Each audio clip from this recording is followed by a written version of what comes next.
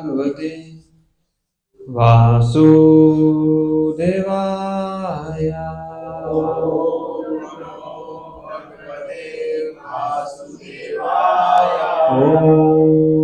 नमो भगवते वासुदेवाय।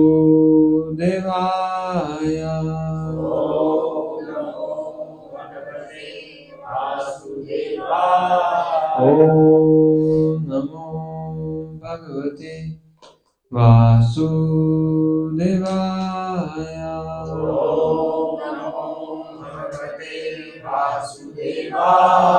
नारायणं नमस्कृत्य नरं चैव नरोत्तमं देवीं सरस्वतीं व्यासं ततो जयमुदीरये। नष्टप्रायेषु भद्रेषु नित्यं भागवत सेवया भगवती उत्तम श्लोके भक्तिर्भवती नैष्ठिकी। कृष्णाय वासुदेवाय देवकी नंदनाय च नंदगोपकुमाराय गोविन्दाय नमो नमः। गोविन्दाय नमो नमः। श्रीमद्भागवतम प्रथम स्कंद अध्याय 14 श्लोक नंबर 10 से श्लोक नंबर 34। श्लोक नंबर 34 का हम उच्चारण करेंगे।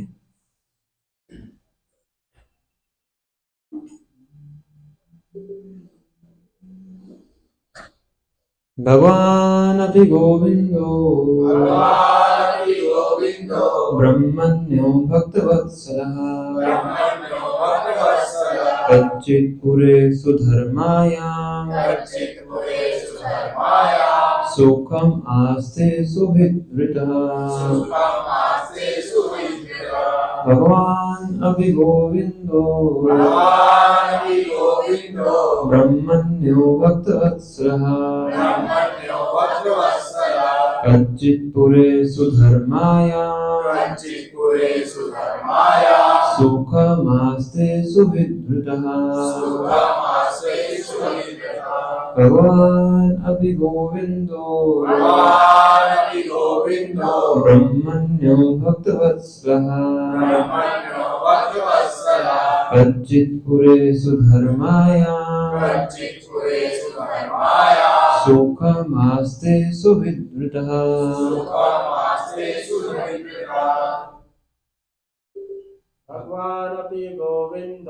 भगवान् अपि गोविन्दो ब्रह्मण्यो भक्तवत्सलः कच्चित् पुरेषु धर्मायाम् सुखमास्ते सुहृद्वृतः। भगवान् अपि गोविन्दो ब्रह्मण्यो भक्तवत्सलः कच्चित् पुरेषु धर्मायाम् सुखमास्ते सुहृद्वृतः। भगवान् अपि गोविन्दो ब्रह्मण्यो भक्तवत्सलः कच्चित् पुरेषु धर्मायाम् सुखमास्ते सुहृद्वृतः। भगवान् अपि गोविन्दो ब्रह्मण्यो भक्तवत्सलः शादी तो खत्म हो गई। कच्चित् पुरेषु धर्मायाम् वासी कर रहा है ना।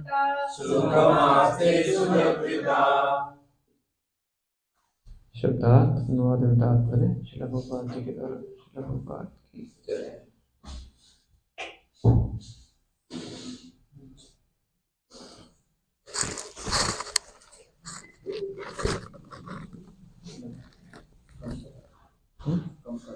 कर्म था ना, इसलिए टोन कर रहा हूँ। शब्दार्थ भगवान कृष्ण अपि भी गोविंदः जो गायों तथा इंद्रियों को अनुप्राणित करते हैं। ब्रह्मण्यः भक्तों या ब्राह्मणों को समर्पित। भक्तवत्सलः भक्तों के प्रति स्नेहपूर्ण। कच्ची क्या पूरे द्वारकापुरी में। सुधर्मायाम पवित्र सभा में। सुखम सुख आसते भोग करते हैं। सुहृद वृतः मित्रों से घिरे हुए। ध्यान से सुनिए। पूर्ण पुरुषोत्तम भगवान श्री कृष्ण जो गायों इंद्रियों तथा ब्राह्मणों को आनंद प्रदान करने वाले हैं और अपने भक्तों के प्रति अत्यंत वत्सल हैं, अपने मित्रों से घिर कर द्वारकापुरी में पवित्र सभा का भोग तो कर रहे हैं। प्रश्न पूछ रहे हैं। कौन प्रश्न पूछ रहे हैं? युधिष्ठिर महाराज। किनसे? अर्जुन से। तात्पर्य ध्यान से सुनिए। इस विशिष्ट श्लोक में भगवान का वर्णन गोविंद, ब्रह्मण्य तथा भक्त वत्सल शब्दों से किया गया है। वे भगवान स्वयं अर्थात आदि भगवान हैं और वे समस्त ऐश्वर्य, समस्त शक्ति, समस्त ज्ञान, समस्त सौंदर्य, समस्त यश तथा समस्त त्याग से परिपूर्ण हैं। कोई ना तो उनके तुल्य है ना उनसे बढ़कर है। वे गोविंद हैं क्योंकि वे गौओं तथा इंद्रियों के आनंद हैं। जिन्होंने भगवान की भक्ति में सेवा द्वारा अपनी इंद्रियों को शुद्ध कर लिया है, वे ही उनकी वास्तविक सेवा कर सकते हैं और ऐसी शुद्ध इंद्रियों के द्वारा दिव्य आनंद प्राप्त कर सकते हैं। केवल अशुद्ध बद्ध जीव ही इंद्रियों से कोई आनंद प्राप्त नहीं कर पाते, अपितु इंद्रियों के मिथ्या आनंद से मोहग्रस्त हो करके इंद्रियों के दास बन जाते हैं। अतएव अपने हित के लिए हमें भगवान के संरक्षण की आवश्यकता है। भगवान गायों के तथा ब्राह्मण संस्कृति के रक्षक हैं। जो समाज गो संरक्षण तथा ब्राह्मण संस्कृति से विहीन है, वह भगवान के प्रत्यक्ष संरक्षण में नहीं होता। जिस तरह की कारागार के बंदी राजा के संरक्षण में ना रहकर राजा के किसी कठोर प्रतिनिधि के संरक्षण में रहते हैं, गो संरक्षण तथा मानव समाज में कम से कम समाज के कुछ सदस्यों में ब्राह्मण गुणों के अनुशीलन के बिना कोई भी मानव सभ्यता उन्नति नहीं कर सकती। ब्राह्मण संस्कृति से ही ब्राह्मण बना जा सकता है और भगवान के यथारूप में दर्शन किए जा सकते हैं। ब्राह्मण संस्कृति सुप्त सत्व गुणों का विकास है, जिसमें सत्यनिष्ठा, समता, इंद्रिय निग्रह, सहिष्णुता, सरलता, सामान्य ज्ञान, दिव्य ज्ञान तथा वैदिक वाङ्मय में अटूट श्रद्धा सम्मिलित है। ब्राह्मणत्व की पूर्णता पा लेने के बाद मनुष्य को भगवत भक्त बनना होता है, जिससे मालिक, स्वामी, मित्र, पुत्र तथा प्रेमी के रूप में उनके स्नेह को दिव्य रूप से प्राप्त किया जा सके। भक्त की अवस्था जो भगवान के दिव्य प्रेम को आकर्षित करती है, उसका तब तक विकास नहीं होता जब तक मनुष्य उपरोक्त ब्राह्मणत्व के गुणों का विकास नहीं करता। भगवान ब्राह्मण के गुणों की ओर आकृष्ट होते हैं, उनकी झूठी प्रतिष्ठा की ओर नहीं। जो लोग योग्यता में ब्राह्मण से कम होते हैं, वे भगवान से किसी प्रकार का संबंध स्थापित नहीं कर सकते हैं। जैसे कि काष्ठ के बिना कच्ची मिट्टी में आग नहीं जलाई जा सकती। यद्यपि काष्ठ तथा मिट्टी में पारस्परिक संबंध होता है, क्योंकि भगवान परम पूर्ण है, अतएव उनकी कुशलता का प्रश्न ही नहीं उठता। अतएव महाराज युधिष्ठिर ने यह प्रश्न नहीं पूछा। उन्होंने केवल उनके आवास स्थान द्वारकापुरी के संबंध में ही पूछा, जहां पुण्य आत्मा एकत्र होते हैं। भगवान वही रहते हैं जहाँ पुण्य आत्मा एकत्र होती हैं और परम सत्य के गुणगान में आनंद लेते हैं। महाराज युधिष्ठिर द्वारका के पवित्र व्यक्तियों तथा उनके पुण्य कर्मों के विषय में जानने के लिए उत्सुक थे। ओम ज्ञानतिमिरन्धस्य ज्ञानाञ्जनशलाकया चक्षुरुन्मीलितं येन तस्मै श्रीगुरुवे नमः। श्रीचैतन्यमनोभीष्टं स्थापितं येन भूतले स्वयं रूपः कदा मह्यं ददाति स्वपदान्तिकम्। वन्देऽहं श्रीगुरू श्रीयुतापत्कमलं श्रीगुरुं वैष्णवांश्च श्रीरूपं साग्रजातं सहगण रघुनाथान्वितं तं सजीवं साद्वैतं सावधूतं परिजनसहितं कृष्ण चैतन्यदेवं श्रीराधा कृष्णपादान् सहगण ललिता श्रीविशाखान्वितांश्च। हे कृष्णा करुणा सिंधु दीनबंधु जगत्पते गोपेश गोपिका कांता राधा कांत नमस्तुते। तप्त कांचन गौरांगी राधे वृंदावनेश्वरी वृषभानुसुते देवी प्रणमामि हरिप्रिये। वाञ्छाकल्पतरुभ्यश्च कृपा सिन्धुभ्येव च पतितानां पावनेभ्यो वैष्णवेभ्यो नमो नमः। जय श्री कृष्ण चैतन्य प्रभु नित्यानंद श्री अद्वैत गदाधर श्रीवासादि गौर भक्तवृंद।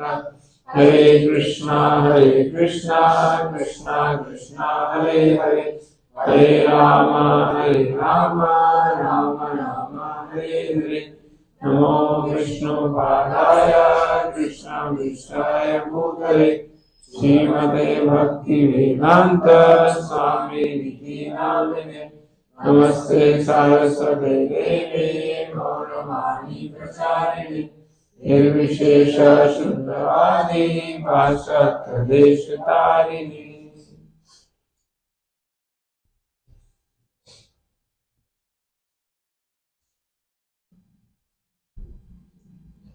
हरे कृष्ण।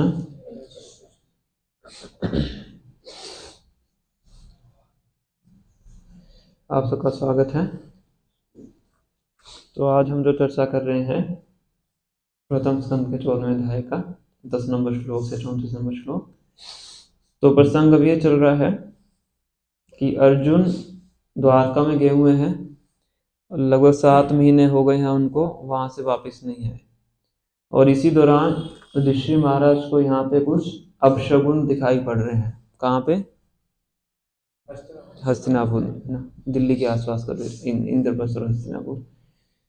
तो जिससे उनको नारद मुनि का वो कथन स्मरण में आ गया है, जिसने नारद मुनि ने थोड़ा सा इंकित किया था पिछले अध्याय में कि भगवान बहुत ही जल्दी अपनी लीलाओं को समाप्त करके अपने धाम को वापस जाने वाले हैं। तो वो उनको स्मरण में आ गया। तो इसीलिए वो उनको ये अपशगुन देख के ये डर लग रहा है कि कहीं वो समय आ तो नहीं गया कि भगवान अब क्या करने वाले हैं, अपने धाम को जाने वाले हैं। तो उनकी चिंता का वर्णन है इन श्लोकों में और उन जो अपशगुन देखते हैं उसका वर्णन है। और इसी दौरान फिर वो भीम से भी चर्चा कर रहे हैं, इन सब अपशगुनों के बारे में बता रहे हैं। फिर बाद में अर्जुन वापस भी आ जाएंगे, हम देखेंगे। फिर अर्जुन से अलग अलग प्रश्न पूछेंगे, क्योंकि अर्जुन को जब उन्होंने देखा तो उनका पूरा शरीर का जो रंग था वो उड़ चुका था, बहुत ही ज्यादा मायूसी की अवस्था में थे। तो उनसे अलग अलग प्रश्न करेंगे कि तो आपकी मायूसी का कारण क्या है। जो हमने श्लोक पढ़ा है वो बेसिकली युधिष्ठिर महाराज अर्जुन से प्रश्न कर रहे हैं। तो काफी श्लोक हैं इसके बीच में, 10 और 34 के बीच में। तो हम जल्दी से पहले श्लोकों को पढ़ेंगे, साथ साथ में चर्चा करेंगे, फिर अंत में 34वें श्लोक की चर्चा करेंगे। तो युधिष्ठिर महाराज यहाँ पे भीम से पूछ रहे हैं, हे पुरुष व्याघ्र, जरा देखो तो कि दैविक प्रभावों, पृथ्वी की प्रतिक्रियाओं तथा शारीरिक वेदनाओं के कारण उत्पन्न होने वाली कितनी खतरनाक आपदाएं हमारी बुद्धि को मोहित करके निकट के भविष्य में आने वाले खतरे की सूचना दे रही हैं। क्या कह रहे हैं यहाँ पे कि ऐसी आपदाएं आ रही हैं जिससे क्या क्या अनुमान लग रहा है, भविष्य में कुछ खतरा आने वाला है ना। मेरे शरीर का बायां भाग, मेरी जांघें, भुजाएं तथा आंखें बारंबार फड़क रही हैं ना। ये तो भारत में बचपन से सुनते आते हैं कि जो मेन होते हैं उनका जो लेफ्ट पोर्शन अगर ये फड़कना बोलते हैं हिंदी में, वाइब्रेट करता है तो मतलब कुछ बुरा होने वाला है, ये उसका संकेत है। और माताओं के केस में राइट बोला जाता है ना। भय से मेरा हृदय धड़क रहा है। ये सब अनिष्ट घटना को सूचित करने वाले हैं। हे भीम, जरा देखो तो यह सियारिन, शी जैकल जो होती है, सियार की जो फीमेल वर्जन है, यह सियारिन किस तरह उगते हुए सूर्य को देखकर रो रही है और अग्नि उगल रही है। नॉर्मली वो सियार होते हैं शाम पड़ने के बाद चलाते हैं, सूर्य अस्त होने के बाद चलाते हैं। अब उल्टा हो रहा है, सूर्य के उदय होने पे चला रहे हैं। और यह कुत्ता किस तरह निर्भय होकर मुझ पर भौंक रहा है। यहाँ पे भूख लिखा हुआ है, भूख नहीं भौंक आएगा, तो ये भी अपशगुन है। हे भीमसेन, हे पुरुष व्याघ्र, अब गाय जैसे उपयोगी पशु मेरी बाईं ओर से निकले जा रहे हैं और गधे जैसे निम्न पशु मेरी प्रदक्षिणा कर रहे हैं। अगर गधा आपकी प्रदक्षिणा करे मतलब कुछ गड़बड़ होने वाली है। मेरे घोड़े मुझे देखकर रोते प्रतीत होते हैं। ये बेसिकली सब एनिमल्स का एबनॉर्मल बिहेवियर है। गाय नॉर्मली राइट साइड से जाती है ना, और घोड़े कभी देख के रोते नहीं हैं। अगर रो रहे हैं मतलब कुछ अपशगुन है। जरा देखो तो यह कबूतर मानो मृत्यु का दूत हो। उल्लुओं तथा उनके प्रतिद्वंद्वी कोयों की चीख मेरे हृदय को दहला रही है। ऐसा प्रतीत होता है मानो वे संपूर्ण ब्रह्मांड को शून्य बना देना चाहते हैं। जरा देखो तो किस तरह धुआं आकाश को घेरे हुए है।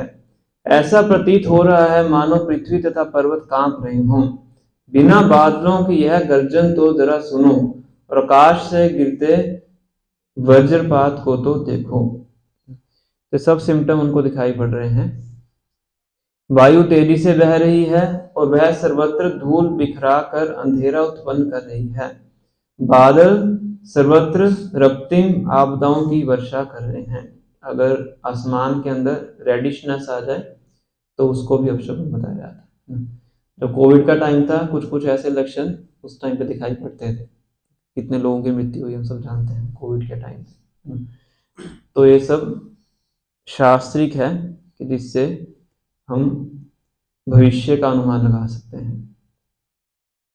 सूर्य की किरणें मंद पड़ रही हैं और तारे परस्पर भिड़ रहे प्रतीत हो रहे हैं। भ्रमित जीव जलते हुए तथा रोते प्रतीत हो रहे हैं। नदियां, नाले, तालाब, जलाशय तथा मन सभी विक्षुब्ध हैं। घी से अग्नि नहीं जल रही है। यह कैसा असामान्य समय है। आखिर क्या होने वाला है। बछड़े ना तो गोयों के थनों में मूल गा रहे हैं, ना गोयें दूध देती हैं। वे आंखों में आंसू भरे खड़ी खड़ी रंभा रही हैं और बैलों को चरागाहों में कोई प्रसन्नता नहीं हो रही है। मंदिर में अर्च विग्रह रोते, शोक करते तथा पसीजते प्रतीत हो रहे हैं। ऐसा लगता है कि वे प्रयाण करने वाले हैं। क्या मतलब है यहाँ पे? हाँ, विग्रह जाने वाले हैं, है ना। कई बार देखते हैं ना मंदिर में कुछ क्षति हो गई, ऐसा हो गया, इसका ले नहीं है कि जो भगवान है उनको क्षति हो गई। भगवान की विग्रह को छोड़ के जा भी सकते हैं, वो स्वतंत्र हैं। सारे नगर, ग्राम, कस्बे, बगीचे, खाने तथा आश्रम सब सौंदर्य विहीन तथा समस्त आनंद से रहित हैं। मैं नहीं जानता कि हम पर किस तरह की विपत्तियां आने वाली हैं। मैं सोचता हूं कि पृथ्वी पर की ये सारी उथल पुथल विश्व के सौभाग्य की किसी बहुत बड़ी हानि को सूचित करने वाले हैं। संसार भाग्यशाली था कि उस पर भगवान के चरण कमलों के पद चिन्ह अंकित हुए, किंतु ये लक्षण यह सूचित कर रहे हैं कि अब आगे ऐसा नहीं रह पाएगा। तो आंतरिक रूप से उनको पता है ऋषि महाराज, और युधिष्ठिर महाराज तो किसी भी विपत्ति से घबराते नहीं हैं। कितनी विपत्तियों को तो झेल चुके हैं, अलग अलग प्रकार की विपत्तियां झेल चुके हैं, उनको तो किसी विपत्ति से कोई डर नहीं होता है ना।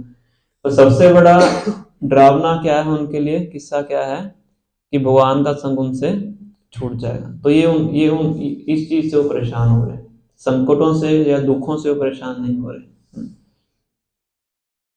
हे ब्राह्मण शौनक, जब महाराज युधिष्ठिर उस समय पृथ्वी पर इन अशुभ लक्षणों को देख रहे थे और अपने मन में इस प्रकार सोच रहे थे, तभी अर्जुन यदुओं की पूरी द्वारका से वापिस आ गए। जब उसने राजा के चरणों पर नमन किया तो राजा ने देखा कि उनकी निराशा अभूतपूर्व थी। मतलब पहले कभी ऐसी निराशा नहीं देखी थी उनके मुख, उनके चेहरे के ऊपर। उनका सिर नीचे झुका था और उनके कमल नेत्रों से आंसू झर रहे थे।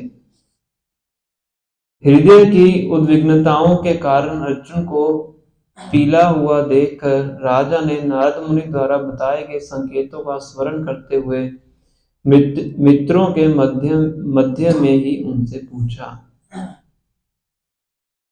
नॉर्मली कोई कॉन्फिडेंशियल चीज पूछी जाती है तो सबके बीच में नहीं पूछी जाती है, पर अभी वो इतने उतावले हैं सबके बीच में उनसे प्रश्न पूछ रहे हैं, क्योंकि ऐसा उनका मन पूरा वो अंदर से उनको भविष्य के बारे में ऐसी चिंता हो रही है। महाराज युधिष्ठिर ने कहा, मेरे भाई, मुझे बताओ कि हमारे मित्र तथा संबंधी यथा मधु, भोज, दशार, आर, सात्वत, अंधक तथा यदुवंश के सारे सदस्य अपने दिन सुख से बिता रहे हैं ना। मेरे आदरणीय नाना शूरसेन प्रसन्न तो हैं तथा मेरे मामा वसुदेव तथा उनके छोटे भाई ठीक से तो हैं।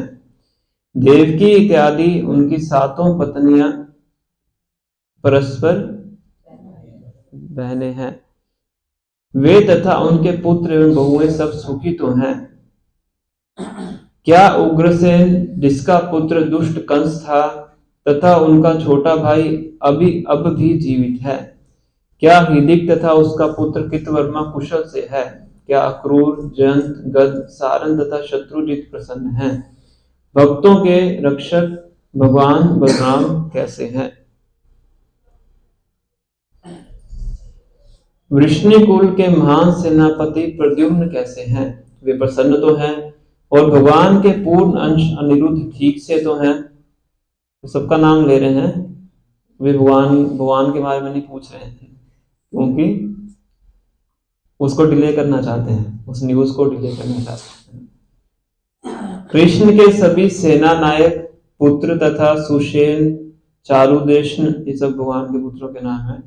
जामवती पुत्र साम तथा ऋषभ अपने अपने पुत्रों समेत ठीक से तो रह रहे हैं। इसके अतिरिक्त शुद्धदेव, उद्धव तथा अन्य नंद, सुनंद तथा अन्य मुक्त आत्माओं के नायक जो भगवान के नित्य संगी हैं, भगवान बलराम तथा कृष्ण द्वारा सुरक्षित तो हैं।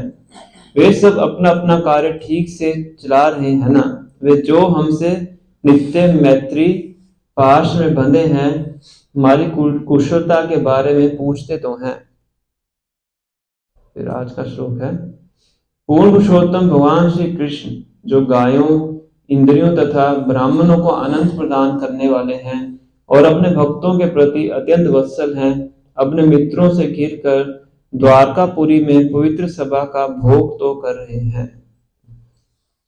अभी आगे और प्रश्न पूछेंगे, ये फाइनल प्रश्न नहीं है उनका। फाइनल प्रश्न नहीं होगा कि क्या भगवान है या चलेगी। अभी तो बीच में तो द्वारकापुरी के बारे में पूछ रहे हैं कि द्वारकापुरी कैसे, भगवान के जो जितने भी वहां पे संबंधी हैं, मित्र हैं, वो कैसे हैं। तो युधिष्ठिर महाराज ने इतने सबके नाम लिए हैं क्योंकि जो भगवान के भक्त होते हैं वो केवल अपने बारे में नहीं सोचते, दूसरों के बारे में सोचते हैं। अगर भगवान की धराधाम से चले जाएंगे तो उनके लिए तो कष्ट की बात तो है ही, पर उससे ही बड़ी चिंता क्या है उनकी कि इस संसार का क्या होगा। तो वो तो भगवान के दृश्य महाराज तो भगवान के भक्त हैं, शरीर छोड़ के भी जाएंगे तो भगवान के धाम भी जाएंगे, तो उनके लिए तो ज्यादा दिक्कत वाली बात नहीं है। पर जो यहाँ पे रहने वाले लोग हैं इस भौतिक जगत में, उनका क्या होगा। सबसे बड़ी चिंता तो ये है ना। भागवतम के प्रथम स्कंद के प्रथम अध्याय में ही, प्रथम या द्वितीय अध्याय में, ये शौनक आदि ऋषि सुत गोस्वामी से प्रश्न करते हैं। क्या प्रश्न करते हैं? ब्रूहि योगेश्वरे कृष्णे ब्रह्मण्ये धर्मवर्त्मनि समकाष्टाम अधुनोपेतो धर्मः कम शरणं गतः। कि जो धर्म की रक्षा करने वाले भगवान श्री कृष्ण हैं, वो अपने धाम को चले गए हैं, तो उनके जाने के बाद धर्म ने किसका संरक्षण लिया है? धर्मः कम शरणं गतः। धर्म किसकी शरण में है ना? धर्म की रक्षा करने वाले या धर्म को बताने वाले तो चले गए, है ना। धर्म क्या है? किसको धर्म बोलते हैं? अगर वो यहाँ से पूछे कि धर्म की एक लाइन में डेफिनेशन बताइए, फोन सब साइलेंट कर दीजिए। भगवान के आदेशों का पालन करना, ये धर्म है ना। धर्मम तो साक्षात भगवत प्रणीतम। जो भगवान ने बोला है वही धर्म है ना। जैसे जो गवर्नमेंट ने बोला है वही लॉ है। आप घर में अपना लॉ नहीं बना सकते, घर में बैठ के कानून नहीं बना सकते, है ना। अगर बनाओगे तो उसको भी मानने वाला है नहीं। घर में चला सकते हो, वो भी एक सीमित मात्रा तक, है ना। तो इसी प्रकार से जो धर्म है, कोई व्यक्ति खुद से नहीं उसको बना सकता है। धर्म क्या है? जो कि भगवान के निर्देश हैं, जो भगवान ने बोला है ना।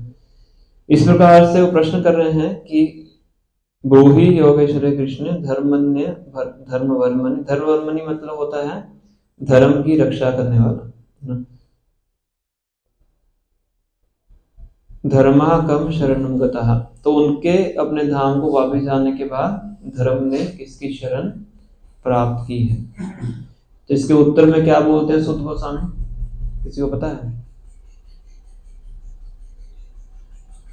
फर्स्ट कैंटो किन किन ने पढ़ा है या पढ़ रहे हैं?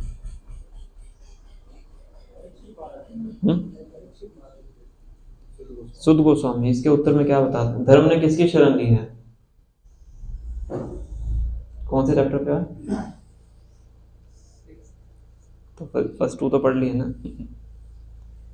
तो भगवान के धराधाम को वापिस जाने के बाद धर्म किसकी शरण में है? श्रीमद् भागवतम, है ना।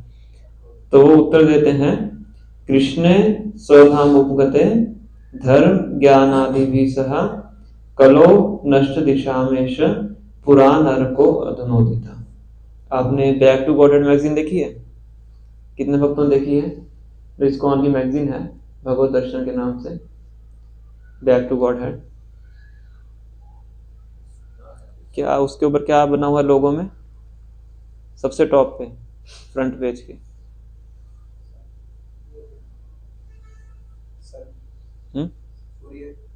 सूर्य है और वरना इसमें दिखा देते हैं।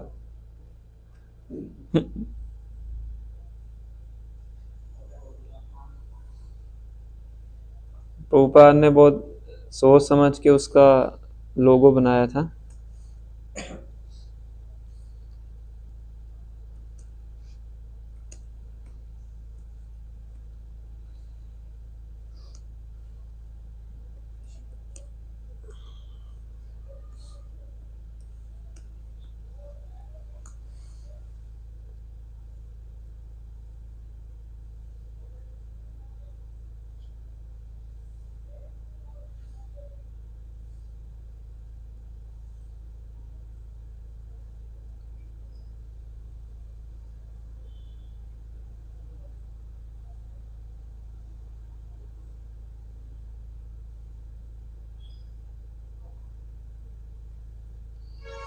हाई रेजोल्यूशन का देख रहा हूँ।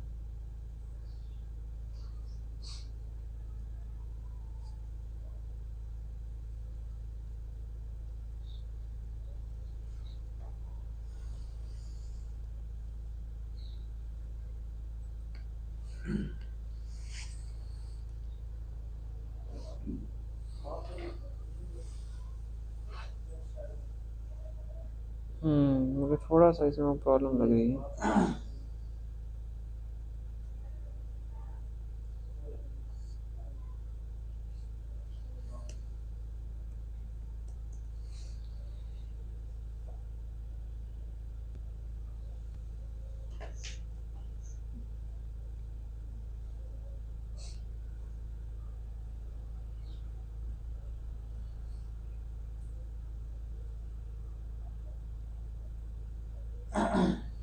ठीक है, तो ये यहाँ से क्या दिख रहा है आपको? सूर्य है, सूर्य के पीछे महाप्रभु है। तो सूर्य से लाइट आ रही है, ये लाइट दिखा रहे हैं यहाँ पे, है ना। और ये लोग कौन है? ये कलयुग के जीव है। तो क्या बताया गया इसमें, जो श्लोक मैंने आपको बताया, कृष्ण स्वधाम उपगते, जो कृष्ण है कहाँ चले गए हैं? अपने धाम को चले गए हैं। किसके साथ? धर्म ज्ञान आदि भी सह, धर्म के साथ, ज्ञान के साथ, और भी बाकी जो चीजें हैं। कलो नष्ट दिशा दिशा, जो कलयुग में जो जीव हैं जिनकी जो दिशा दृष्टि है वो नष्ट हो चुकी है। कलो नष्ट दिशा मेशा पुराण अर्को अधुनोदिता, तो जो श्रीमद् भागवतम है किसके समान है? सूर्य के समान है। अर्क बोलते हैं सूर्य। सूर्य के अलग अलग समय पे अलग अलग नाम दिए गए हैं। अर्क मतलब जब सूर्य पूर्ण रूप से चमकता है, मतलब दोपहर का टाइम, उसको अर्क बोलते हैं। पुराण अर्को अधुनोदिता, तो ये श्रीमद् भागवतम है किसके समान है? सूर्य के समान है ना। और ये जो सूर्य के समान श्रीमद् भागवतम है, ये कलयुग के जो जीव हैं जिनकी दृष्टि खत्म हो चुकी है उनको रोशनी प्रदान करने वाला है। तो इसलिए यहाँ पे सूर्य दिखाया गया है और इन सबको रोशनी प्राप्त हो रही है। जो पहले का लोगो था, यहाँ पे महाप्रभु की जगह श्रीमद् भागवतम दिखाया हुआ था बुक खोल के, तो उसके अंदर से लाइट आ रही थी, बेसिकली दिखाने के लिए कि श्रीमद् भागवतम में क्या है, किसके समान है? सूर्य के समान है, जो कि कलयुग के जो लोग हैं उनको दृष्टि प्रदान करने वाला है। तो मतलब क्या है, भगवान के धाम जाने के बाद जो धर्म है कहाँ से पता लगेगा आपको? श्रीमद् भागवतम में से। सरल शब्दों में कहने का मतलब यह है कि श्रीमद् भागवतम में क्या है? भगवान के ही संदेश है, इसलिए श्रीमद् भागवतम में क्या है? धर्म का वर्णन है। तो धर्म अगर जानना है तो किनसे जाने हम? श्रीमद् भागवतम से या भगवद गीता से, दोनों एक ही चीज है। भगवद गीता भगवान ने बोली है और श्रीमद् भागवतम भगवान के बारे में बोला गया। तो ये साधुओं की और भक्तों की चिंता होती है कि किस प्रकार से इस भौतिक जगत में जो बद्ध जीव हैं कष्ट भोग रहे हैं, उनको किस प्रकार से धर्म के रास्ते के ऊपर लाया जा सके। तो युधिष्ठिर महाराज की खुद के लिए चिंता है ही कि भगवान का संग नहीं प्राप्त हो पाएगा, उससे बड़ी चिंता क्या है? इस संसार के जीवों के लिए, इसलिए वो इतना एंजाइटी के अंदर है। तो जो श्लोक हमने आज पढ़ा, इसमें भगवान के 3 मुख्य शब्द भगवान के लिए इस्तेमाल हुए हैं। भगवान अपि गोविंदो ब्रह्मण्य भक्तवत्सला कश्चित पूरे सुधर्मायाम सुखम आस्ते सुविद्वता। एक है गोविंद और एक है ब्रह्मण्य और एक है भक्तवत्सल। प्रभुपाद ने तीनों शब्दों के ऊपर ही पूरा तात्पर्य यहाँ पे बताया है। गोविंद शब्द का अर्थ होता है कि जो गायों को और इंद्रियों को, गो शब्द के 2 अर्थ होते हैं, गाय और इंद्रियां। तो जो गायों को और इंद्रियों को आनंद प्रदान करते हैं वो कौन है? वो गोविंद है। सेकंड है ब्रह्मण्य। ब्रह्मण्य मतलब ब्राह्मणों की रक्षा करने वाले। नमो ब्रह्मण्य देवाय गो ब्राह्मणताय च जगदिताय कृष्णाय गोविंदाय नमः। थर्ड क्या है? भक्त वत्सल। वत्स शब्द का क्या अर्थ होता है? बछड़ा।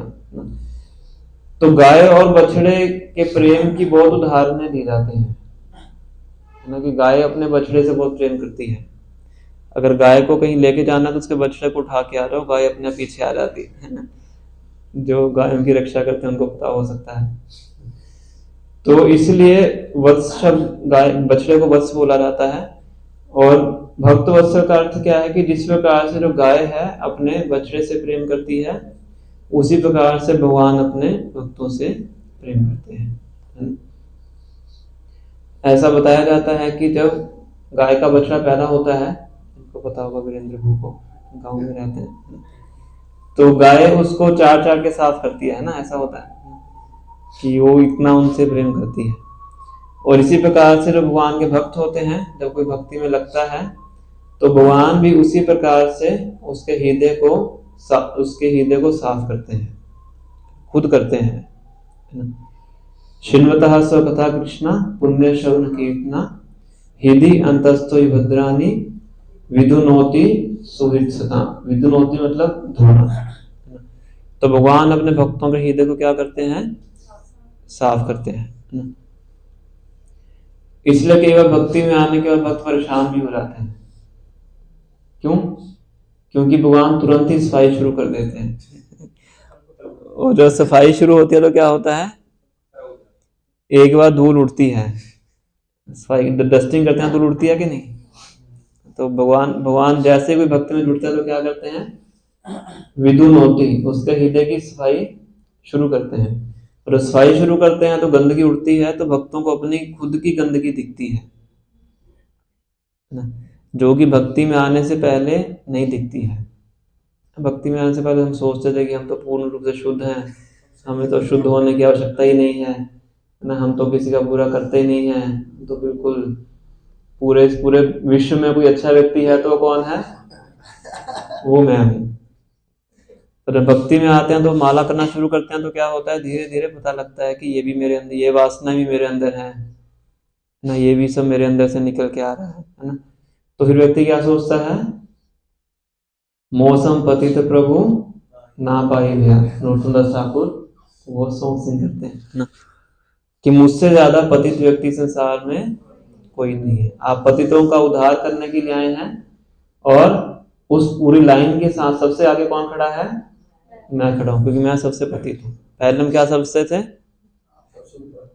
सबसे ऊपर मैं हूं। तो ये पूरा 180 डिग्री का चेंज कैसे आता है?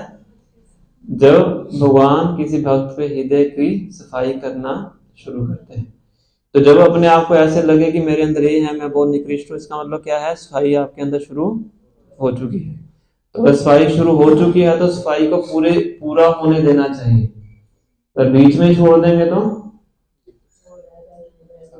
मान लो डस्टिंग शुरू किया आपने, पंखे वगैरह झाड़ने शुरू कर दिए, बीच में छोड़ के चले गए, है ना, उससे ना इधर के रोगे ना उधर के, ना तो कमरा साफ हुआ ना ही आपने गंदा छोड़ा है। तो सफाई शुरू हो रही है तो क्या करते रहना चाहिए? करते रहना चाहिए ना। और धीरे धीरे क्या आएगा? गंदगी हृदय के अंदर से पूरी साफ हो जाती है ना। क्यों हो जाएगी साफ? क्योंकि भगवान क्या है? भक्त वत्सल है। भगवान चाहते हैं हमारा भला करना, है ना। इसलिए भगवान स्वयं आगे सफाई करते हैं अपने भक्तों के लिए। जैसे गाय अपने बछड़े को स्वयं अपनी जीभ से चाट के साफ करती है। वो वेट भी कर सकती है कि जो गाय पालने वाला है वो आके उसको पानी से भी नहला सकता है, पर वो वेट नहीं करती है, खुद ही अपनी जीभ से साफ करती है, क्योंकि उससे प्रेम है। इसी प्रकार से भगवान भी प्रेम करते हैं। इसलिए भगवान का एकमात्र अभिप्राय क्या होता है? किस तरीके से इसको जल्दी से जल्दी वापस बुला लिया जाए, और उसके लिए कुछ कष्ट भी देना पड़े भक्त को तो भगवान वो भी दे देते हैं, है ना। जैसे मान लीजिए कि किसी बच्चे के हाथ में फोड़ा हो गया, तो हो सकता है कि माँ स्वयं उसको डॉक्टर के पास लेके जाए और उसके फोड़े को कटवा दे चाकू से। तो बच्चा चीखेगा, चिल्लाएगा, मम्मी को मार देगा कि तुम क्या हो, माँ नहीं हो, तुम ये हो वो हो, मुझे इतना दर्द हो रहा है, तुम ये ऐसा करके लाई हो, है ना। पर माँ को क्या पता है कि उससे उसका क्या है? भला होने वाला है। तो वो कहते हैं कुछ ही बोलता है, मुझे फर्क नहीं पड़ता, मुझे तो वो करना है जो करना है। कुछ भी कर सकता है, मारता है, पीटता है, प्रयास करता है, पर वो उसका जो फोड़ा है उसको कटवा के ही सांस लेती है, क्योंकि उसको पता है कि यही इसके वेलफेयर के लिए है। इसी प्रकार से भक्त के जीवन में ऊपर नीचे हो सकता है। जैसे चित्रकेतु महाराज थे, इतने भक्ति करके इतनी उच्च स्थिति में पहुंच गए थे। विद्याधर लोक में उनका निवास स्थान हो गया था, वहां तक चले गए थे, संकर्षण भगवान की पूजा करते थे ना।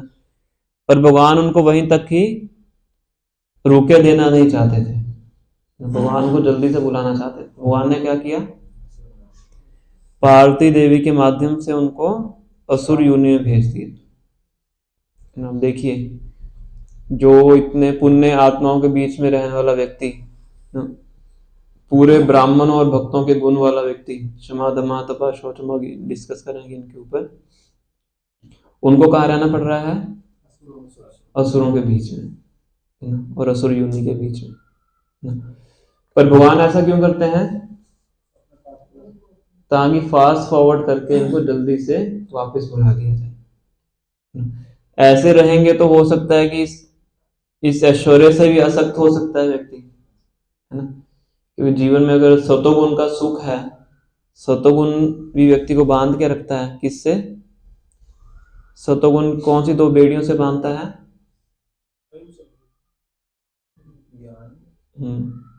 और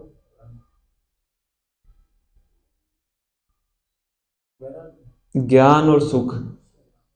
मोड ऑफ गुडनेस भी व्यक्ति को इस जगत में बांध के रखता है। कैसे, नॉलेज एंड हैप्पीनेस। तो भगवान इसलिए ज्यादा नॉलेज और ज्यादा हैप्पीनेस नहीं प्रदान करना चाहते हैं। तो देखेंगे तो बहुत सुख के जीवन में यहाँ से बहुत जगह से आसक्त होकर रुक सकता है। तो भगवान ने क्या किया, उनको असुरों की योनि में वृत्रासुर बन गए। अब भक्त जब असुर बनेगा तो वो साधारण असुर तो बनेगा नहीं, है। शक्ति तो भगवान से आ रही है। तो इतने बड़े असुर, इतने भयानक असुर बन गए, सभी देवताओं को भागना पड़ा। सारे अस्त्र शस्त्र छोड़े देवताओं ने, वज्र भी छोड़ दिया, वज्र तो बाद में बना था। सभी जितने भी अस्त्र थे सब छोड़ दिए, और सब अस्त्रों को ही निकल गए। मारने की बात तो दूर, सोलो करके उनको खा ही गए सब अस्त्रों को। फिर सब भगवान के पास जाते हैं, भगवान उनको बोलते हैं, इंद्र को वज्र बनाई है दधीचि मुनि की हड्डियों से, इस वज्र से उनकी मृत्यु होगी। और जब युद्ध हो रहा होता है तो वृत्रासुर ऐसा प्रवचन दे देते हैं युद्ध के मैदान में अर्जुन को, उसको इंद्रदेव को, तो इंद्रदेव भी हैरान हो जाता है कि ये किनसे मेरा पाला पड़ गया है। और मारना भी नहीं चाहते, पर मारना भी है, वज्र से उनको मारते 1 साल लगता है उनका गला कटने में।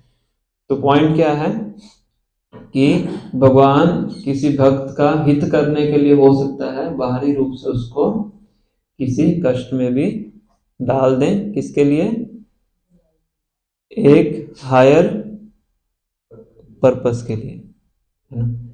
तो इसीलिए भगवान के संरक्षण में है तो हमें पूर्ण रूप से आश्वस्त रहना चाहिए, क्योंकि भगवान क्या करेंगे, हमारी रक्षा करेंगे। भक्त वत्सल हैं, प्रेम करते हैं, इसलिए भगवान का नाम क्या है, भक्त वत्सल। ब्रह्मण्य, ब्रह्मण्य मतलब भगवान को 2 चीजें बहुत प्रिय हैं। कौन कौन सी, गाय और ब्राह्मण, दोनों ही सतोगुण में रहते हैं। गाय सतोगुण में रहती है, और गाय तो बहुत विशेष है। भारत संस्कृति में तो हम जानते हैं, बाकी संस्कृतियों में तो लोग नहीं जानते हैं। गाय का जो मल है, गाय का जो यूरिन है, वो भी क्या है ना, वो भी मेडिसिन है। मेडिसिन तो चलो हमारी भौतिक गणना हो गई, यज्ञों के लिए इस्तेमाल किया जाता है। बाकी किसी का भी मल हो, चाहे मनुष्य का भी क्यों ना हो, उसको अगर कोई व्यक्ति टच भी कर ले, देख भी ले, तो बोला जाता है उसको नहाना चाहिए, इतना दूषित माना जाता है। अब गाय का जो मल है उसको, उसके ऊपर यज्ञ किया जाता है ना। गाय का जो मूत्र है उससे भगवान का अभिषेक किया जाता है, पंचगव्य पंचामृत से भगवान का अभिषेक करके उसमें गोबर भी डलता है, उसमें यूरिन भी डलता है ना। तो इतना महत्व है गाय का। गाय के घी के बिना आपका यज्ञ नहीं हो सकता है ना। तो इसलिए भगवान को जो गाय है बहुत बहुत प्रिय है, और जो गाय का अहित करता है उसको बहुत से कष्टों को भोगना पड़ता है, बहुत से नरकों में उसको जाना पड़ता है। और ब्राह्मण, ब्राह्मण सबसे पहली बात तो प्रभुपाद जी यहाँ पे वर्णन कर रहे हैं कि ब्राह्मण है कौन। कौन है ब्राह्मण बताइए। पूरा शास्त्रों का ज्ञान हो, ठीक है। वो तो बहुत से लोगों को यूनिवर्सिटीज में ज्ञान है शास्त्रों का। 10-15 गुणों की बातें हैं। सरलता,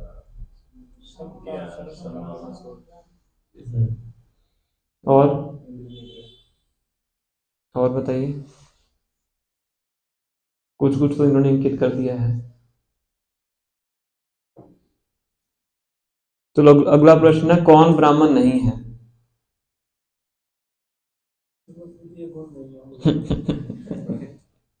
साधारणता जो हमारी वो है, नहीं जो क्या कहेंगे उसको, लोक मान्यता है, जाति से और जन्म से, कुल से, है ना। तो भगवान भगवता में बताते हैं, चतुर्वर्ण्यम या सृष्टम गुण कर्म विभागशः तस्य कर्तारम अपि मां विद्ये कर्तारम अव्ययम्। किस जो ये जो पूरी वर्ण आश्रम व्यवस्था है किसने बनाई है? मैंने बनाई है। किसके आधार के ऊपर? गुण और कर्म, दो चीजें हैं, क्वालिटीज एंड एक्टिविटीज, गुण और कर्म। कौन ब्राह्मण है, कौन क्षत्रिय है, कौन वैश्य है, कौन शूद्र है, किसके आधार पे है? गुण और कर्म के आधार पे है, बर्थ के हिसाब से नहीं है ना। जैसे कि कोई जज के घर में बच्चा पैदा हुआ तो वो जज नहीं होता है ना। पढ़ाई करके बन सकता है पर ऐसा नहीं पैदा होते ही जज है ना? उसी प्रकार से किसी का जन्म मान लो क्षत्रिय परिवार में हुआ है तो पैदा होते ही क्षत्रिय नहीं है, या ब्राह्मण परिवार में हुआ है तो पैदा होते हुए ब्राह्मण नहीं है ना? कैसे बनेगा वो ब्राह्मण? जब ब्राह्मण के गुण और ब्राह्मण के कर्म वो करेगा। तो ब्राह्मण के गुण कौन से हैं? क्षमा, दमा, तपा, शौचम, शांति, आर्जवम एवच ज्ञानम, विज्ञानम, आस्तिक्यम, ब्रह्म, कर्म, स्वभावजम। ये भगवान 18 चैप्टर में इसका वर्णन करते हैं। ये ब्राह्मण के गुण है। कौन से? क्षमा, दमा, फॉरगिवनेस, जो कि बहुत कठिन है ना। कोई बुरा कर दे, नेचुरल हमारे अंदर क्या प्रतिक्रिया आती है? रिवेंज, बदला लेना, है ना। क्षमा करना बहुत कठिन है ना? इसलिए ब्राह्मण का गुण है क्षमा, दमा, सेंस कंट्रोल, तपा, तपस्या, क्षमा, दमा, तपा, शौचम, शौचम मतलब स्वच्छता, है ना। ठंड का टाइम है ना, उसमें ब्राह्मण 2 बार नहाता है, स्वच्छता का नियम है। और भी बहुत से नियम है। क्षमा, दमा, तपा, शौचम, शांति, शांति बोलते टॉलरेंस को। आजवम है सरलता, सिंपलिसिटी। ज्ञानम, विज्ञानम, आस्तिक्यम, ज्ञान, शास्त्रों का ज्ञान होना चाहिए, शास्त्रों में श्रद्धा होनी चाहिए। आस्तिक्य मतलब जिनकी शास्त्रों में श्रद्धा होती है उसको आस्तिक बोलते हैं। और विज्ञानम मतलब शास्त्रों का पालन करके जो अनुभूतियां उसको होती है। ब्रह्म, कर्म, स्वभाव, ये ब्राह्मणों की क्वालिटीज है। जिसके अंदर ये गुण है वो क्या है? वो ब्राह्मण है, ठीक है। और ब्राह्मण की क्रियाएं क्या होती हैं? यज्ञ, याजन, पठन पाठन, दान, प्रतिग्रह, ये ब्राह्मण की क्रियाएं हैं। ब्राह्मण शास्त्र पढ़ता है और शास्त्र पढ़ाता है, यज्ञ करता है और यज्ञ कराता है, और तीसरा दान स्वीकार करता है, और अगर दान उसको ज्यादा मिल जाए तो बैंक अकाउंट में नहीं रखता है, वो उसको भी आगे दान देता है ना। अगर वो संग्रह करने की मानसिकता है तो वैश्य का गुण है, तो ब्राह्मण नहीं है। ब्राह्मण कभी संग्रह नहीं करता है, ब्राह्मण भगवान के ऊपर निर्भर रहता है। तो ये 6 एक्टिविटीज किसकी हैं? ब्राह्मण की हैं। तो जिसके अंदर ये गुण है, जो हमने गुण डिस्कस किया, 8 गुण है, और जो 6 इन क्रियाओं को करता है तो वो क्या है? वो ब्राह्मण है ना। प्रभुपाद जी कहते थे ब्राह्मण कभी भी किसी की नौकरी नहीं करता है, तो वो ब्राह्मण नहीं है। कोई बोले मैं ब्राह्मण हूँ, टैक्सी चला रहा हूँ, ब्राह्मण नहीं है। ब्राह्मण क्या करेगा? यही 6 कार्य करेगा, यज्ञ, याजन, पठन पाठन, दान और प्रतिज्ञा। इसी में उसका पालन पोषण हो चाहे ना हो उसकी चिंता नहीं करता है, क्योंकि अपने पालन पोषण के लिए किस पे निर्भर रहता है? भगवान पे निर्भर रहता है। आस्तिक्यम, श्रद्धा उसके अंदर है। तो ये ब्राह्मण के गुण हैं, और इन्हीं गुणों के कारण जो ब्राह्मण होता है भगवान को प्रिय होता है, केवल जन्म लेने से नहीं। अगर वास्तविकता में उसके अंदर गुण है तो क्या है? भगवान को प्रिय है, क्योंकि सतोगुण में है। और अगर उसके अंदर ये गुण है तो कभी किसी को कष्ट नहीं पहुंचाएगा, दूसरों के द्वारा दिए गए कष्टों को सहन कर लेता है, और उसका जो फोकस होता है किसके ऊपर होता है? उच्च उद्देश्य की प्राप्ति पे उसका फोकस होता है। तो ये सब क्वालिटीज भगवान को ये सब प्रिय है। भगवान भगवद गीता के 12वें अध्याय में इन सब क्वालिटीज का वर्णन करते हैं। इसलिए जो ब्राह्मणों को तंग करता है, परेशान करता है, उसको बहुत बड़ा रिएक्शन लगता है कि भगवान उससे अप्रसन्न होते हैं। इसलिए गौ हत्या और ब्राह्मण हत्या दोनों को बहुत बड़ा पाप माना गया है शास्त्रों के अंदर। ये सब सुनते ही हैं हम, है ना? तो इसीलिए भगवान को प्रिय है, इसका मतलब क्या है कि भगवान चाहते हैं कि ये दोनों रहे। कौन? गाय और ब्राह्मण। बोबा कहते थे कि हमने इस्कॉन सोसाइटी अपनाई है किसके लिए? ब्राह्मणों को बनाने के लिए, क्योंकि आज का जो समाज है वो ब्राह्मणों से विहीन है। ब्राह्मणों को समाज में किससे कंपेयर किया जाता है? अगर पूरा समाज एक बॉडी है तो उसमें ब्राह्मण क्या है? ब्राह्मण है हेड, सर, है ना? और क्षत्रिय क्या है? बाजुएं, क्योंकि क्षत्रिय शरीर की बाजुएं शरीर की रक्षा करती हैं, है ना? और वैश्य क्या है? पेट, पेट से पूरी बॉडी को पोषण मिलता है ना? वैश्य क्या करता है? कृषि, गोरक्षा, वाणिज्य, खेती करता है, उससे अनाज उत्पन्न होता है, उससे पूरे मानव समाज का भरण पोषण होता है ना? और शूद्र क्या है? टांगे, जो टांगों के ऊपर पूरी बॉडी चलती है ना? ये पूरी समाज की व्यवस्था है। और इसमें सबसे मुख्य भाग क्या है? वो हेड है। आपने बिना हाथों वाला व्यक्ति देखा हो सकता है ना, बिना टांगों वाला व्यक्ति भी देखा हो सकता है, पेट खराब वाला व्यक्ति भी देखा हो सकता है, और बिना सर का व्यक्ति नहीं देखा हो। भूत है क्योंकि बिना सर के बॉडी आपकी जीवित नहीं रह सकती। बिना टांगों के रह लेगी, बिना हाथों के रह लेगी, पेट भी खराब है तब भी चलेगा, एक किडनी भी चलेगी तब भी काम चलेगा, है ना? पर बिना सर के, सर का कोई सब्स्टिट्यूट नहीं है ना? इसी प्रकार से अगर समाज के अंदर ब्राह्मण नहीं है तो प्रभुपाद उसको बोलते थे हेडलेस सोसाइटी, बिना सर का समाज, है ना? और ऐसी स्थिति में समाज में कभी भी संपन्नता प्राप्त नहीं हो सकती, कभी भी खुशी प्राप्त नहीं हो सकती। अगर समाज को सही दिशा में चलना है तो क्या चाहिए? ऐसा वर्ग चाहिए जो कि सर का रोल प्ले कर सके, मतलब ब्राह्मण होने चाहिए। इसलिए प्रभुपाद जी कहते थे कि कम से कम हमें भक्ति के अंदर कम से कम सतोगुण के स्तर पे आने का प्रयास करना चाहिए, ताकि हम ब्राह्मणिकल प्लेटफॉर्म पे आ सकें और वहां से आके पूरे जन समाज का मार्गदर्शन हो सके।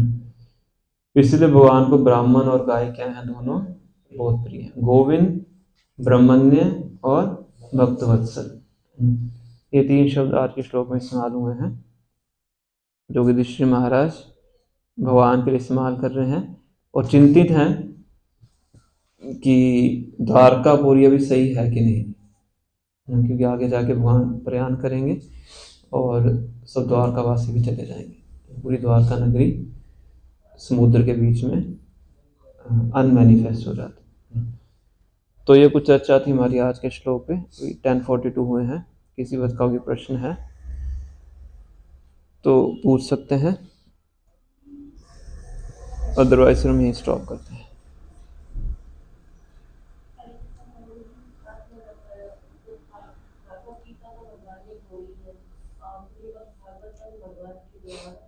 भगवान के बारे में बोला गया, भक्तों ने भगवान का गुणगान किया है, वो श्रीमद् भागवतम, भगवद गीता भगवान ने स्वयं बोली है।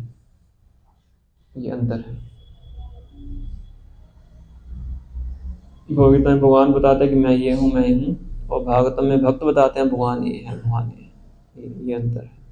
दोनों ही भगवान का गुणगान है, भगवान और भक्ति का गुणगान।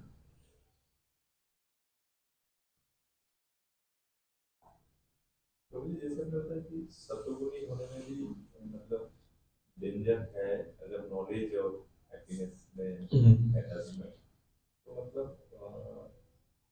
सतोगुणी में भी प्रॉब्लम है। तो प्रभु जी का प्रश्न है कि जो सतोगुण है बाकी दोनों गुणों से श्रेष्ठ है, रजोगुण तमोगुण से श्रेष्ठ है, और फिर भी ये जो सतोगुण इस जगत के अंदर है, इसके अंदर इसका थोड़ा सा रंच मात्र होता है रजोगुण और तमोगुण का, तो इसलिए पूर्ण रूप से शुद्ध नहीं होता है। तभी तो ये बांध के रखता है सुख और ज्ञान। पर जो ब्राह्मण होता है एटलीस्ट सतोगुण पे होता है, सुख में रहता है, ज्ञान में रहता है, पर एटलीस्ट दूसरों को परेशान नहीं करता है, इसे भगवान को प्रिय है। और ब्राह्मणों से ऊपर कौन होता है? वैष्णव, क्योंकि वो सतोगुण से भी ऊपर है। वो कौन से गुण में है? वो गुणातीत है, उसको बोलते हैं विशुद्ध सत्व, mode of pure goodness. Pure goodness मतलब जिसमें रजोगुण तमोगुण का बिल्कुल भी मिश्रण नहीं, उसके अंदर ज्ञान और सुख उसको बांध के नहीं रखता है। वो ये आध्यात्मिक जगत में जो है वो विशुद्ध सत्व है, रजोगुण तमोगुण सतोगुण तीनों नहीं है। तो भगवान के भक्त होते हैं वो विशुद्ध सत्व में होते हैं। तो बहुत सारे जो प्योर मतलब वो है एग्जांपल मुझे याद नहीं है, तो मैं भगवान की सेवा ही करना चाहता हूँ मैं, तो रिपीट उसी में करना चाहते हैं, तो उस केस में वो भी तो एक किस्म की अट्रैक्शन है, लेकिन वो अट्रैक्शन दूसरे डायमेंशन में देखे तो वो तो आध्यात्मिक इच्छा है, वो तो सही है। इच्छा विहीन तुम कभी नहीं हो सकते ना। इच्छाओं की क्वालिटी चेंज कर सकते हैं, मटेरियल डिजायर ना करके स्पिरिचुअल डिजायर कर सकते हैं। तो भक्तों में तो डिजायर है कि भगवान की भक्ति करना चाहते हैं। चैतन्य महाप्रभु क्या बोलते हैं? मम जन्मनि जन्मनि ईश्वर भवदात भक्ति रहे तो की तुई। मैं जन्म जन्मांतर तक आपकी भक्ति करना चाहता हूँ, मुझे मुक्ति भी नहीं चाहिए। जो ब्राह्मण होता है वो मुक्ति की अभिलाषा करता है,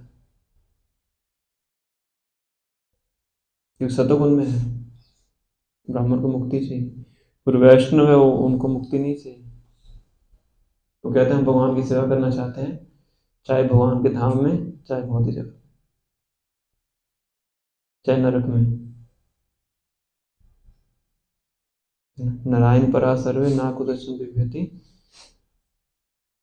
नरकेशु स्वर्ग, कहाँ से आता है?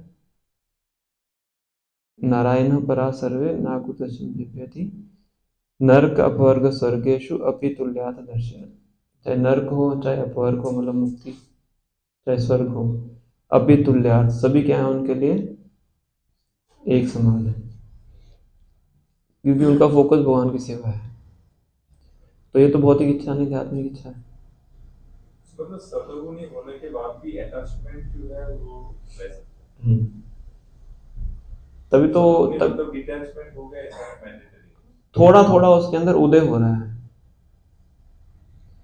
पर अभी भी आसक्त है, इसलिए तो चेन है ना।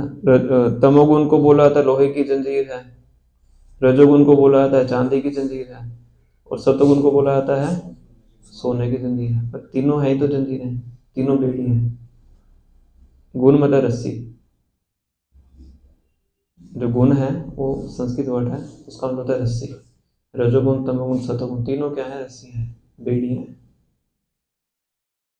तो सतोगुणी होना मतलब एक किस्म की फेवरेबल पोजीशन हाँ, है, लेकिन बांधे हुए। हाँ, वो अच्छा प्लेटफॉर्म है भक्ति करने के लिए, पर उससे ऊपर भी उठना है।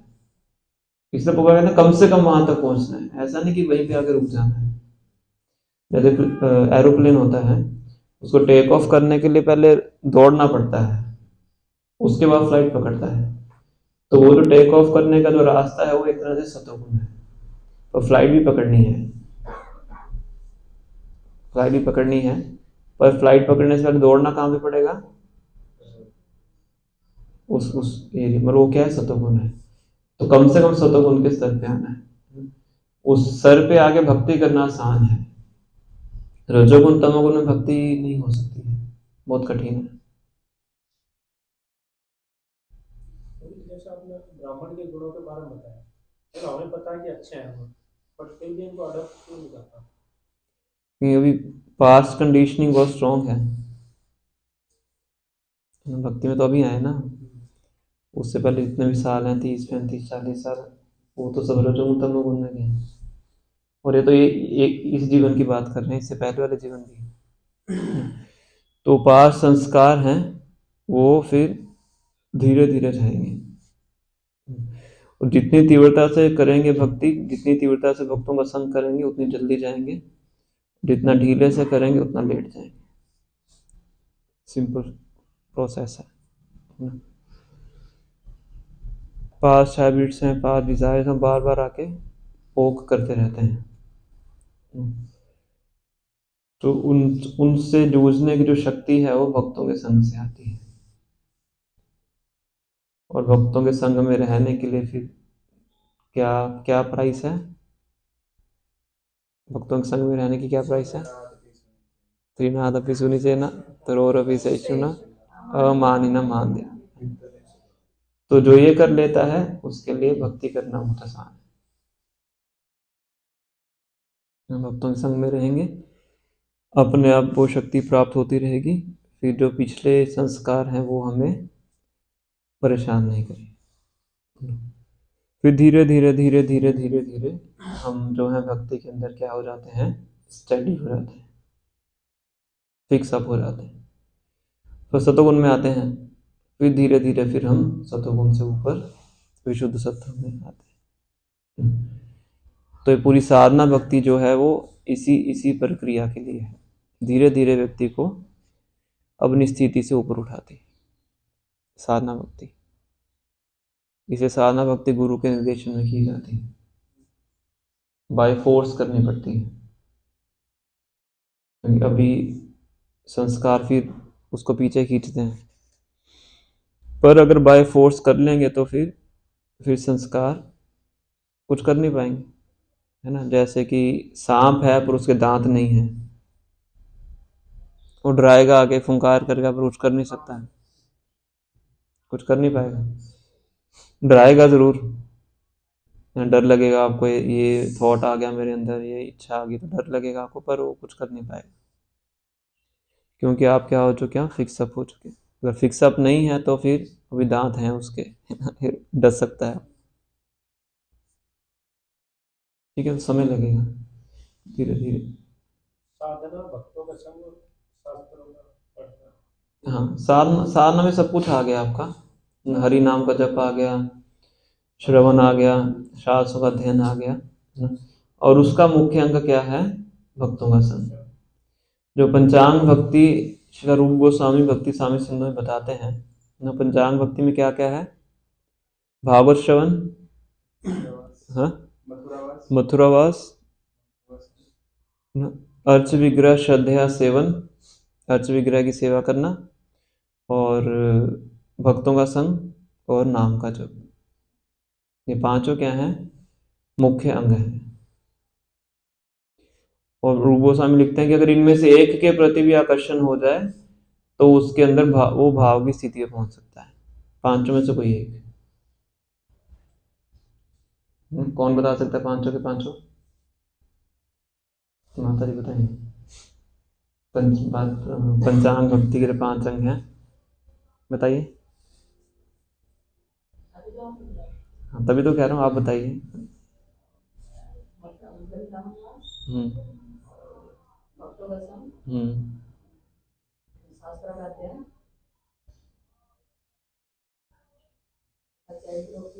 हम्म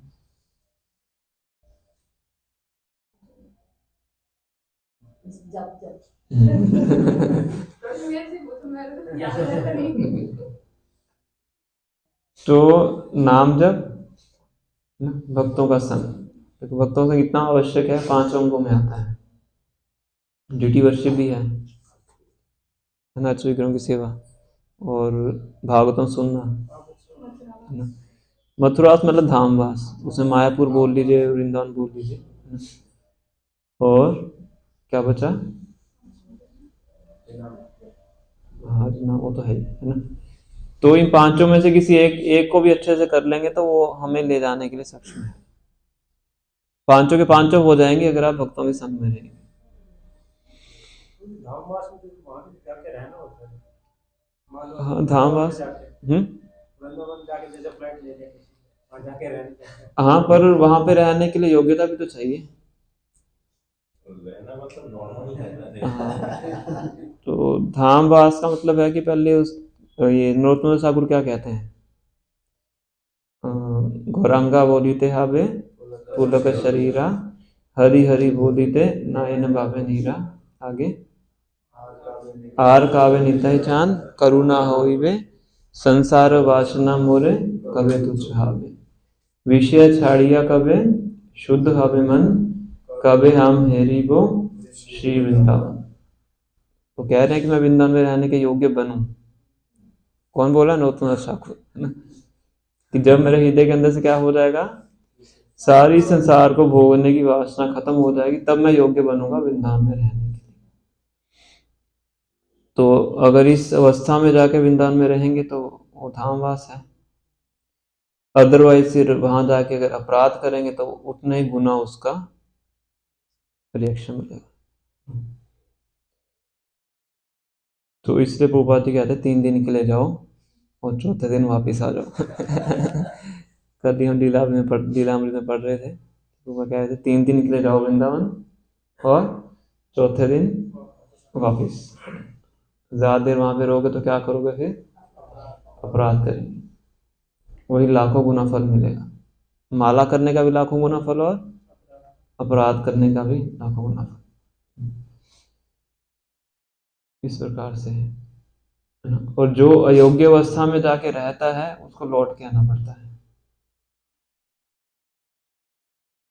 नहीं रह पाएगा, आना पड़ता है वापस, अपराध करेंगे वापस आएंगे, क्योंकि अभी वो योग्यता नहीं, केवल फ्लैट लेने से नहीं रह सकते हैं। जब तक वो क्वालिफिकेशन नहीं है तब तक नहीं रह सकते, है ना। ऊपर कहते थे शिष्यों को अगर रहना है तो वहां पे जाके कहाँ पे रहना है? मंदिर में रहना है। अपने शिष्यों को बोलते, उन्होंने वृंदावन में मंदिर बनाया है और वहां पे रह के मंदिर में पूरी सेवा करनी है, जो मंदिर के अधिकार है उनके द्वारा दी जाएगी। अगर ऐसा कर सकते हो तो जाके रह सकते, सेवा करके रहना है, 8 घंटे मिनिमम सेवा मंदिर, तब रह सकते हैं। तो फ्लैट में जाके एसी चला के सोने के लिए वृंदावन नहीं है। गोस्वामी की तरह रहना है तो तब रह सकते हैं। हर रोज क्या करते थे वो? अलग अलग वृक्ष के नीचे सोते थे ताकि किसी एक वृक्ष से भी आसक्ति ना हो जाए। हर रोज अलग वृक्ष के नीचे 1.5 से 2 घंटा सोते थे।